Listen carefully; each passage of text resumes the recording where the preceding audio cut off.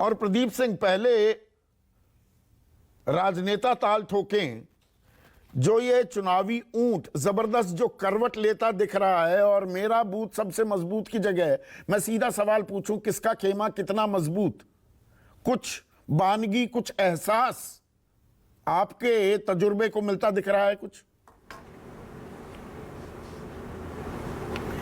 देखिए संदीप जी, 2024 में क्या होगा, हम में से कोई भविष्यवक्ता तो है नहीं कि बता दे नतीजा क्या निकलेगा।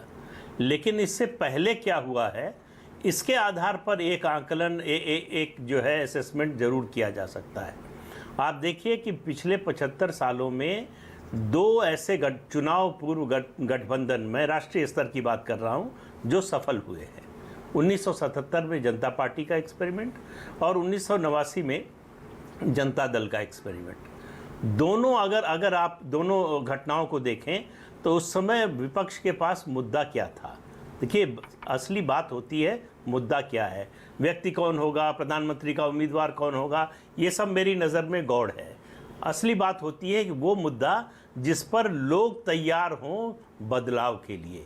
जब विपक्षी खेमे की ओर से अगर बात करें तो 1977 में दो चीज़ें थी। 74 में भ्रष्टाचार के खिलाफ आंदोलन शुरू हुआ गुजरात से, और इमरजेंसी जो है सबसे बड़ा मुद्दा बन गई विपक्ष के लिए। इमरजेंसी में जो अत्याचार हुए वो 1989 की बात करें तो 1986 से ही बोफोर्स का कांड आया। बोफोर्स का मुद्दा जो है वीपी सिंह ने और जनता पार्टी, लेफ्ट, इन सब ने मिलकर उसको राष्ट्रीय मुद्दा बनाया, लोगों को कन्विंस किया कि बोफोर्स में दलाली ली गई। अब देखिए, परसेप्शन राजनीति में बड़ा मैटर करता है, सच्चाई बाद में आती है। जब चुनावी राजनीति की खास तौर से बात हो तो लोगों ने मान लिया कि इसमें दलाली ली गई। अब उसके बाद क्या हुआ अदालत में वो अलग बात है, लेकिन उस समय उन लोगों ने मान लिया। तो ये दो बड़े मुद्दे थे जिन पर विपक्ष एक होकर लड़ा और उसको सफलता मिली। सवाल यह है कि 2024 के लिए विपक्ष के पास मुद्दा क्या है।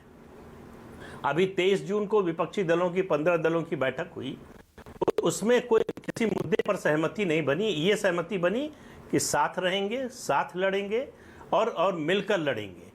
तो ये बात, मतलब ये स्वागत योग्य बात है कि अगर विपक्ष एक होकर एक साथ बीजेपी के खिलाफ लड़ रहा है तो ये डेमोक्रेसी के लिए भी अच्छा है, वैसे भी देश के लिए अच्छा है कि विपक्ष मजबूत हो।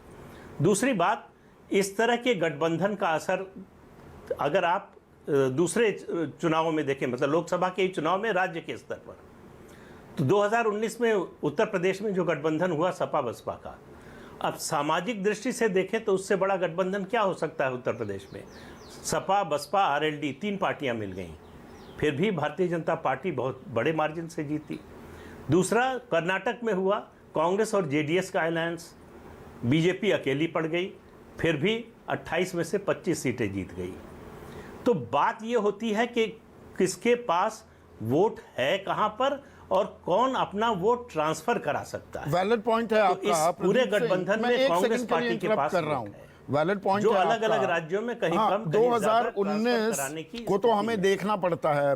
रियर व्यू मिरर में जो बातें सामने आती हैं वो हमें बहुत कुछ समझाती हैं, लेकिन क्या इस बार फर्क ये है कि 2019 में अखिल भारतीय स्तर पर कोई विपक्षी गठबंधन नहीं बन पाया था, इक्का दुक्का राज्य में वो गठबंधन हो पाया था। इस बार विपक्ष की तैयारियां 2019 के मुकाबले क्या आपको बेहतर दिख रही हैं? प्रदीप सिंह का लगता है फोन कट गया है।